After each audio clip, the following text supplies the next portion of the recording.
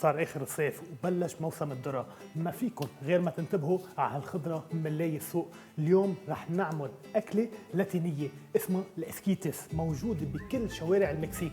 خلينا نشوف كيف. بنبلش نقشر الذرة، تقريبا بدنا 5 كواب من الذرة. ليكم الذرة بشهوا مثل ما هن على مقلاية ناشفة مثل هاي. بهالوقت بنحضر صوص ربع كوب من المايونيز. المايونيز مفضل يكون معمول بالبيت، واذا ما بتعرفوا تعملوا مايونيز بالبيت كبسوا على اللينك باعلى الشاشه لحتى تعرفوا كيف. من بعدها ربع كوب من الساور كريم، واذا ما عندكم الساور كريم فيكم تستبدلوه باللبنه. نرجع نص كوب من البارميزان اللي حتعطيها طعمه رائعه. نرجع حامضة كاملة، مفضل يكون باللايم، نعصرها فوق المزيج. بيرجع برش حامض أو نص حامضة بقلب المزيج بس لحتى تعطيها هالفريشنس اللي بدنا إياها. من بعدها نص ملعقة ملح، كمان نص ملعقة بهار. نخلط. من بعد ما نكون خلطناها مزبوط بنحطها على جنب. نرجع ننتقل للكريمة المكسيكية، 30 جرام من الفتة، 150 مليلتر من الكريمة الخفق. نرجع بنقص حامضة صغيرة أو نص حامضة نعصر لجوا. من بعدها بنبلش نخلط.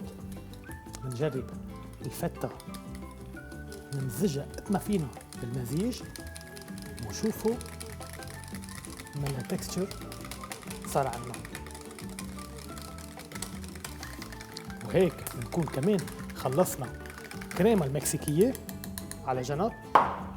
وكل دقيقتين 3 نتأكد انه عم نبرم الذرة بهيدا الشكل بس لحتى ياخد لون من كل الميلات. نرجع ننتقل للتورتية، بنقصها بهيدا الشكل، بنلفها مثل الساندويش، نبلش نقصقصها بهيدا الشكل.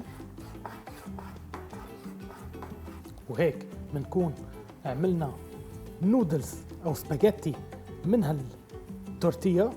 بنحطهم زيت حامي تقريبا 160 درجة، حرفيا نص دقيقة على حرارة زيت عالية كافية لحتى تحمص لنا هالتورتياز. بنحطهم على جنب.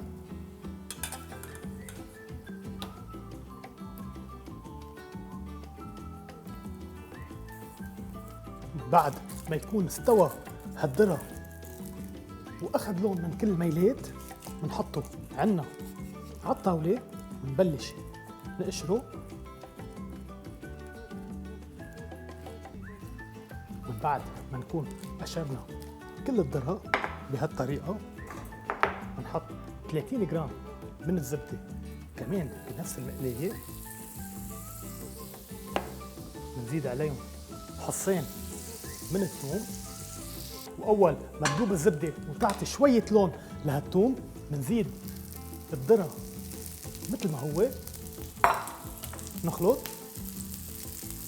4 دقايق على المقلاية وبننقل الذرة بنحطه بمزيج المايونيز والساور كريم والبارميزان اللي حضرناه. بنبلش نخلط هالمزيجين الرائعين. ما رح تصدقوا قديش هيدا الطبق رح تهوه طبق لاتيني مكسيكي بامتياز. بنرجع بنقص شوي من البصل الأخضر بهيدا الشكل، بنزيده على خلطة الذرة.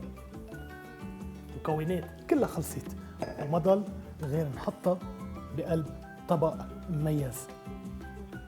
بنبلش أول شي نحط الذرة بهيدا الشكل.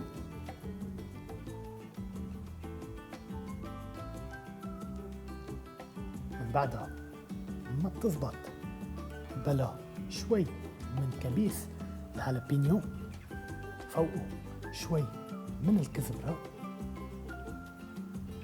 نرجع شوي من تشيبس التورتيا يلي حضرناه، وبس.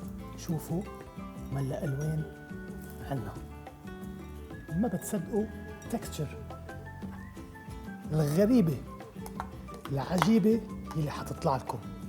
وأخيرا درزل من الكريمة المكسيكية كلها فوقها، شوي من الدل على الوجه، وهيك منكون خلصنا وحدة من أطيب الأطباق المكسيكية بأحلى طريقة.